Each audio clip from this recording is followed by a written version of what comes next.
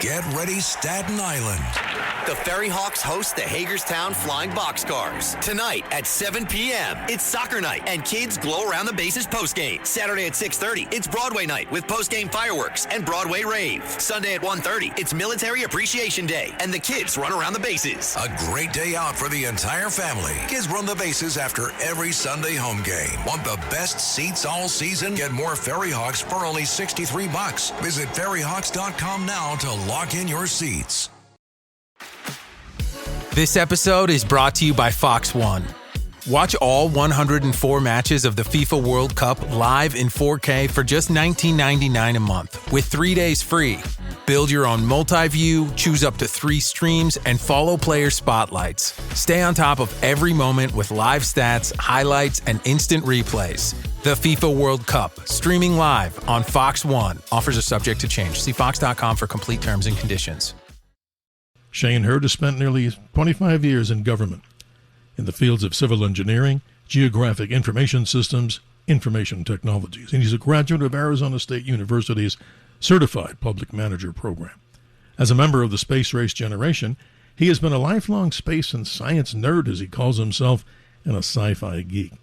It was the Phoenix Lights incident in his hometown here in Phoenix, Arizona, that sparked his interest in UFOs. Since that time, he studied the subject intensely, and ultimately, in 2015, he joined MUFON, then became a MUFON field investigator in 2017. Who better than to ask Shane Hurd about the subject matter and commentary of a movie he's seen to give us his analysis, Steven Spielberg's Disclosure Day. Shane, thanks for joining us this morning. I appreciate you. Yeah, thanks for having me. Always a pleasure. You know, let's get right to it. You went to see the movie. And I got to ask you, was that theater pretty packed when you saw it? Or the good question is, I guess you saw it late at night. Who knows, daytime?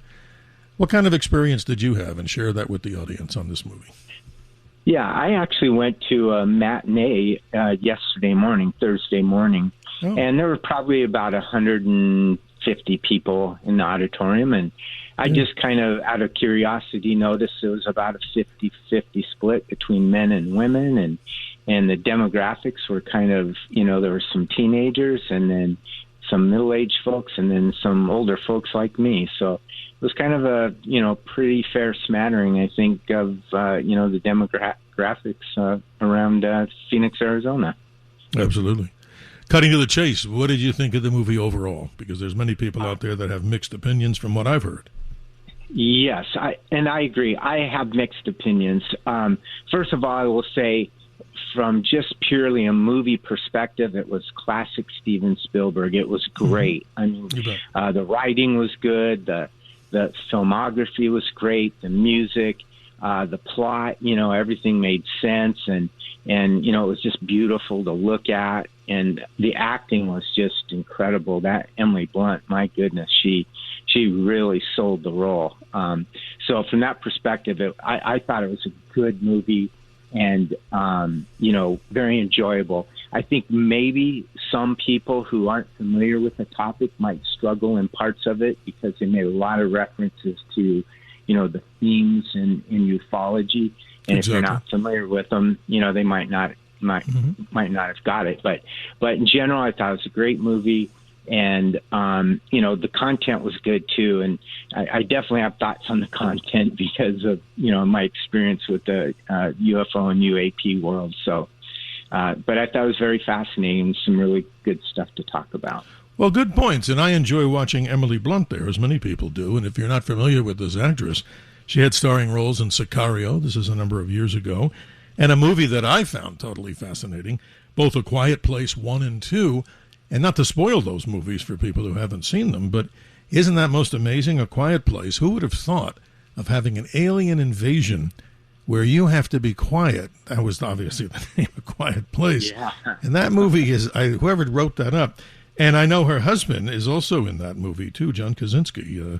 He played an interesting role. That movie just bothered me because you never think about that. Our world is full of sounds, but in this one, well, the alien invaders, even if you whisper, they'll find you, and that's pretty spooky.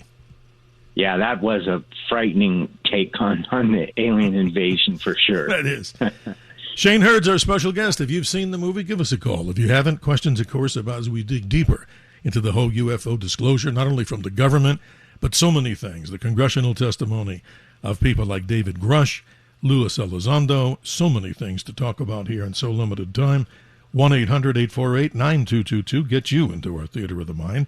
But I didn't know this. I had to read deep into this, and this is fascinating. Steven Spielberg, who's a product of Arizona, many people do not know that, he obviously had his interest in space and alien life. I didn't know this. By witnessing a meteor shower, did you know that, Shane?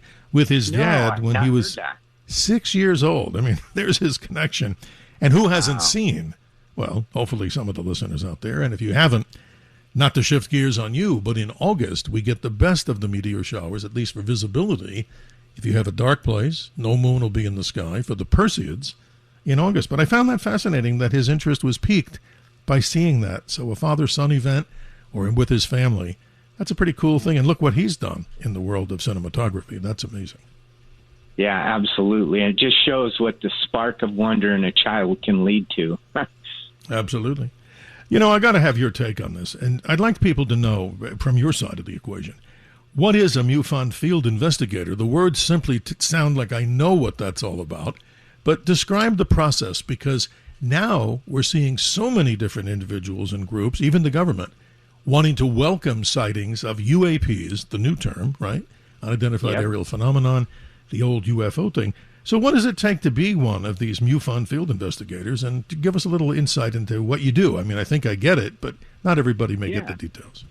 Yeah, absolutely. So if it's something that interests you, you can join MUFON, become a member, and then in time, when you feel like you're comfortable, you can apply to be an investigator. And they have a very extensive training program, a couple of 100-page book, a manual that deals with just absolutely every aspect of it. And then they have a thing called MUFON University, where you take classes, including astronomy classes. Nice. And to round out your knowledge, of physics and the world around us, and then you go through a background check, of course. And once you've completed the training, you take an open book exam, and then you are good to go. You are assigned to a local chapter in the area in which you live, and then they will hook you up with a seasoned investigator on, let's say your first 5 cases, and you get mentored that way. And then they turn you loose on your own cases. And all the cases are reviewed in their finality by a chief investigator to make sure that, everything went well and smoothly, and that the investigator is, on track. And so an investigation, obviously starts with the report. People can report at MUFON.com. And when they do, they can submit any photos or videos that they have or any additional evidence, and make that report. And when the report it's made at our world headquarters, and they triage it, and they assign it to the appropriate chapter of MUFON. In our case, we have Arizona MUFON, and we have a chapter in Phoenix, and also Tucson, and one in Sedona. And so you're linked up with an investigator, and you start working your cases. But a person that does make the submission, we call a reporting person. And, we have an initial interview with them. We do over the phone. If warranted, we can also do it in person, especially if there's physical evidence involved. And then we kind of go through a process of elimination. And an investigation really is just based on the fact that, we weren't there. We didn't see it. We can't say absolutely it was this or that. So it's sort of a, process of elimination. So, hey, could what been seen be an airplane? And we have, tools and computer systems that we can track every flight, its date, time, and location. And we could say, hey, this hospital helicopter was, at that date, time, and location, and that's most likely what you saw. Or, we use Stellarium, which is a astronomy application, and again, you can visualize exactly what was in the sky at their date, time, and location. You could eliminate, an astronomical feature.